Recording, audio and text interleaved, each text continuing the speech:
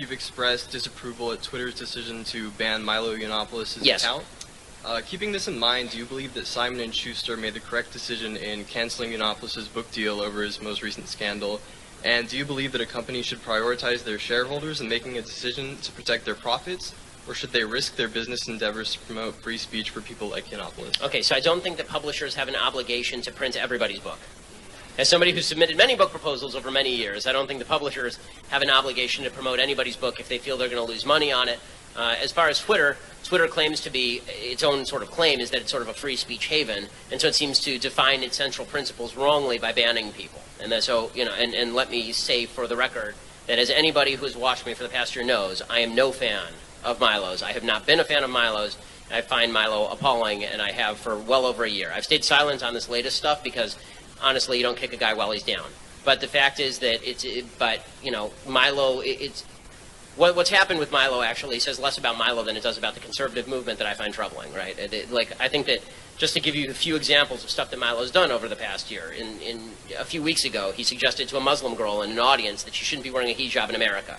As a guy who wears a funny hat every day of the week, I think that's awful, right? Milo is somebody who said that he called a Jewish journalist from BuzzFeed a thick as, what was it? It was a typical example of a sort of thick as pig shit media Jew. Right? Milo, on the day of my child's birth, sent me a meme of a black baby suggesting my kid was half black because I'm a cuck, because I'm not sufficiently supportive of Donald Trump.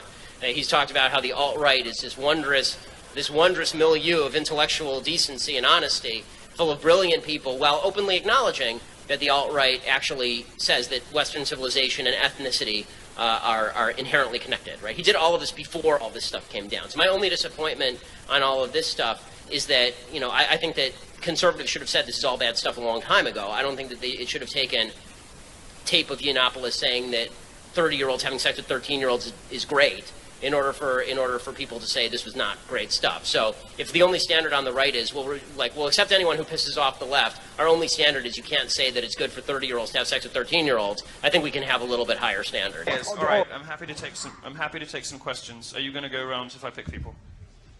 Is that all right? Thank you. You keep jumping up. I feel like you need to get something out of yourself. Go ahead. Go ahead. No, I'm grateful. I'm just teasing. So earlier today, I watched an interview with Rubin and Ben Shapiro, and he had mentioned. I'm sorry. Did you run out of sleeping tablets? It's kind of boring, but one thing Ben said some actually pretty good things about you, but Dave said something that you're going on in February, and that he was going to bring up a discussion about maybe another scheduled or the first debate between you and Ben, if that were ever going to happen. Well, I've repeatedly said I'm happy to do it, but Ben keeps fibbing about it. I'm a lot busier than he is, and sometimes I don't respond to his emails within 3 days. I'm sorry. I mean, he's not high on my list of priorities. He used to be famous. He isn't anymore.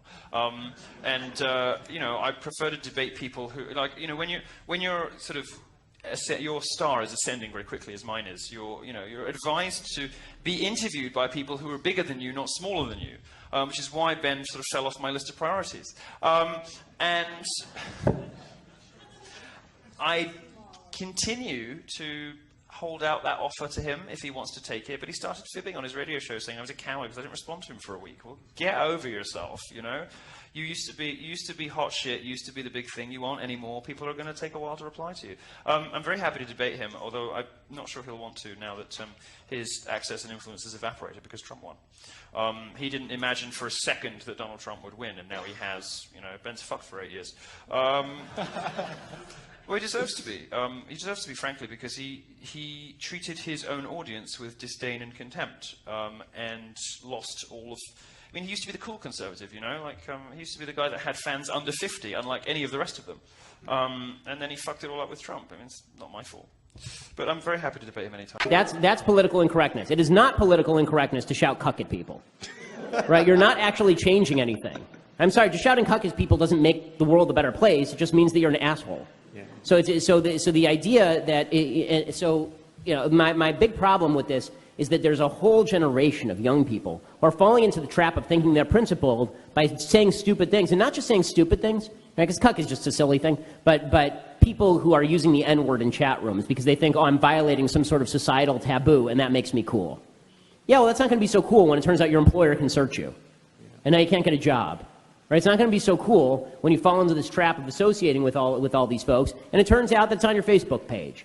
Right? It's all fun and games until you actually have to live in the real society where the left is willing to go after people. Now, I don't think the left should go after people for this sort of stuff, because I would prefer to live in a society where we can all say whatever we want, but I don't think that you saying these things promotes that, because I don't think it's important that we have a society where you say the N-word. I think it is important that you have a society where you can point out that we're not disproportionately sending black people to prison. We're sending black people to prison in precisely the proportions they're committing crimes. I think that's more important than you shouting cuck or the N-word. Right? And this is my big problem with, as you know, I have this long-running debate now with Milo Yiannopoulos. This is my big problem with Milo and his entire movement, is I think that Milo is not conservative. I don't think he knows anything about conservatism. I don't think he cares about the Constitution. He says this openly. I think that Milo cares about being a provocateur. And I'm sorry, a provocateur generation is only valuable in standing for things that are worthwhile. It is not, being a provocateur just for the sake of being a provocateur is worthless. Provoke in the name of something real and decent, and then I'll stand with you. Provoke in the name of just being a provocateur because you're violating taboos and you're a waste of my time. Let me ask you, because it's not only the left that's got some Trump derangement syndrome going. It's also Glenn Beck and Ben Shapiro. Ben Shapiro, who used to work at Breitbart. What, Trump derangement syndrome? I'm Dr. Steve. I'll give you every symptom they have. No, I think you could go around American public life diagnosing this on all ends of the political spectrum. Yeah. But listen to this. Glenn Beck and Ben Shapiro. They're saying now because Trump's in the White House, they're afraid. Shapiro's hiring security. He's got a rifle. They say Trump has an enemies list. I mean, I don't know what they're talking about. I mean, look, this is like the last gasp, desperate attempt to get attention from people who made a big, big bet. Shapiro and Glenn Beck both made a huge bet on the last election. They went in so hard against Trump that there's no way out for them now. And they have been cast into the political and media wilderness. You'll notice that, Ben Shapiro's only function in the media these days is to poop on Breitbart. But what he doesn't realize is it's not a good look. It's like somebody talking smack about their ex-wife, or somebody whinging about their former employers. Everyone's got beef with their former employers. People just don't take you that seriously. Journalists will use you for copy when they have an agenda themselves. Debating Milo, I haven't heard anything about that lately. So the answer is no, I won't be debating Milo. The reason I won't be debating Milo is because he's a coward. And the reason he's a coward is because 3 weeks ago, first of all, somebody, I think it was Dave Rubin plus Steven Crowder, they both offered to host a debate between me and Milo on the alt-right and Donald Trump. And Milo went totally silent. And then he blamed Breitbart News for telling him not to do it. A couple weeks later, he then said, fine, I'm willing to do it now. And he emailed me, and he emailed Dave Rubin, and he emailed all the people involved, and he said, let's set this up. And within an hour, I had my assistant email back times, right? And he said within the next couple of weeks. No response. Nothing. Right? He says, I'll get back to you. No response. For a week. For 2 weeks. For 3 weeks, right? And then I email him again, last week and a half ago, and I said, okay, well, I'm holding these dates open, and I'm not going to keep holding dates open, so are we doing this or not? No response. No response because he's chicken. Because he's chicken poop. Because he is a coward. He's a coward, he's an intellectual coward. It's very easy to go on campus and fight against Trigglypuff social justice warriors with an IQ of 7. It's really not difficult. And it's also really not difficult to lie to college students about what is good and true because they haven't studied the issues. It's also not difficult to gain attention by doing silly stunts. And they're fun. I watch them. They're fun. But when you do those things and you then spoon feed on top of it alt-right white nationalism and pander to some of the worst people on earth and encourage college students to do the same, it's really terrible. I don't have to reiterate my criticisms of Milo here. Suffice this to say, he's intellectually shallow. The offer's off the table. I don't waste my time holding dates open for my intellectual inferiors who are too cowardly to debate me, to initiate conversations, then blame me for backing out of the debate that they back out of because they have no stones. I'll think quick. I don't want to dwell on it, but so many people ask. So for the record, with you sitting here right now, I will fully say what I've said many times on Twitter, which is that Milo had the original idea of doing it. He sent an email to our team, said, let's do this debate. Me and Ben, Dave will moderate. You immediately responded, yes, you gave dates. And then Milo basically dipped out. That says the truth as much as I know it. If you know more, that's exactly right.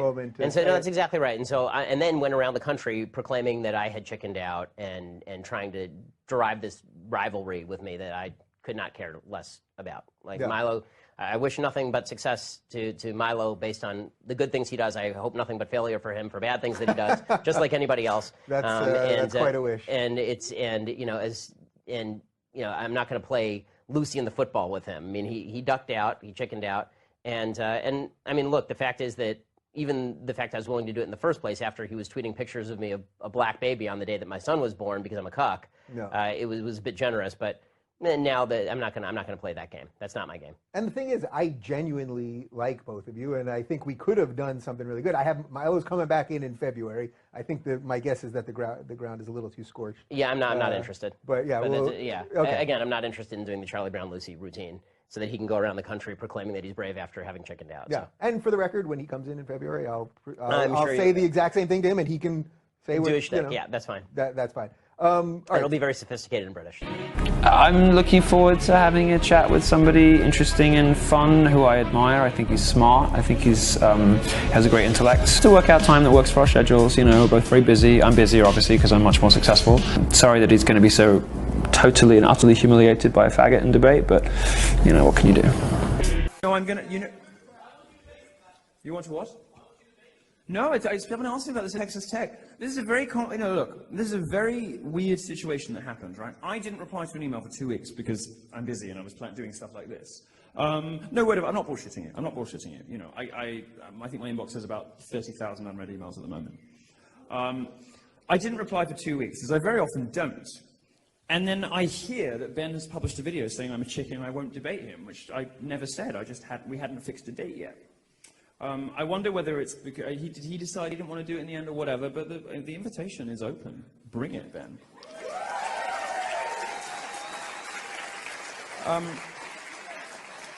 An end to pointless. Well, maybe I'll bring Ben and Dave Rubin, and maybe we'll start. I was writing wildly anti-Trump pieces, and I had freedom to do so for literally months before I left. Okay. So, changing gears here, is it true that you are 5'9"? Last time I checked, I mean, and my hands are normal size, gang. Okay, yeah, good hands. Well, Ted Cruz is the very best hands. I have very good writing. It's very good words. My hands, they're great. They're bigly great. Awesome. Ted Cruz is 5'8", and Milo says that when you stand next to him, you're actually shorter. So I don't remember if I was shorter than Ted Cruz when I stood next to him because I don't measure my size next to other men like Milo does. Oh, gotcha. Okay. And I'm not tall and nearly as dashing as him, of course, and I don't have the nice British. Well, who is? I mean, without the British accent, by the way, Milo is basically just another ill-informed libertarian. All right, Milo. He's definitely going to see this stuff. I know. I mean, look at the quality that you have on the right. I mean, we joke about Ben, but Ben is one of the sharpest minds in media in this country. He's an incredibly fucking smart guy. Really fucked it up with Trump, and now his career's gone. But he's a very smart man.